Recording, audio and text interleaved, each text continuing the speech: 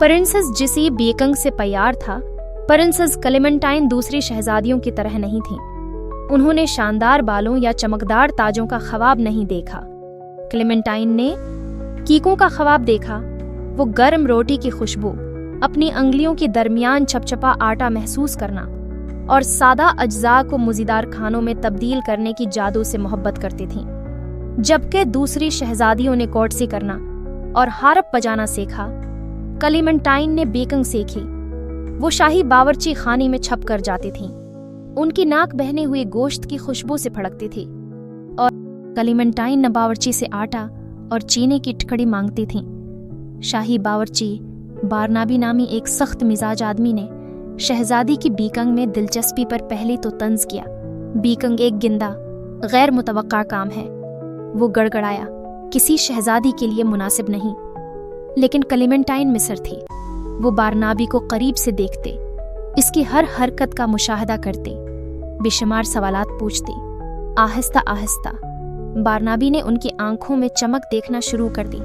बेकंग के फन में उन्हें जो हकीकी खुशी मिली, उसने उन्हें अपने पेशे की राज सिखाना शुरू कर दिए। आटा गूंदने का तरीका, करीम को फेंटने का तरीका, रोटी की एक टुकड़ी से कामिल उठान हासिल करने का तरीका।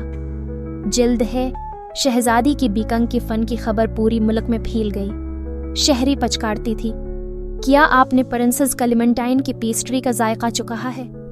वो मुल्क में बेहतरीन है। एक दिन मुल्क में शदीद खुशक साली पड़ गई, फसलों को खुशक कर दिया गया, जानवर कमजोर हो गई और मुल्क भर में मायूसी फैल गई।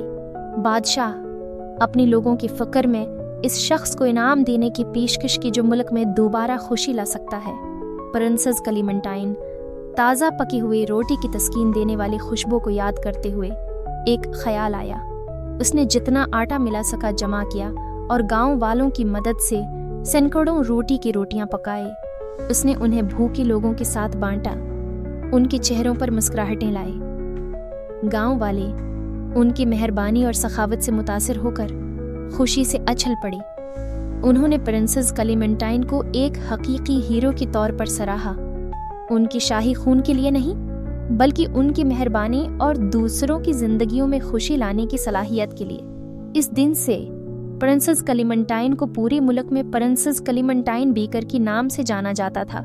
ये याद दहानी है कि हकीकी शाही इक़्तिदार ताजों और जवाहरात में नहीं बल्कि मेहरबानी और दूसरों को खुशी लाने की सलाहियत में है।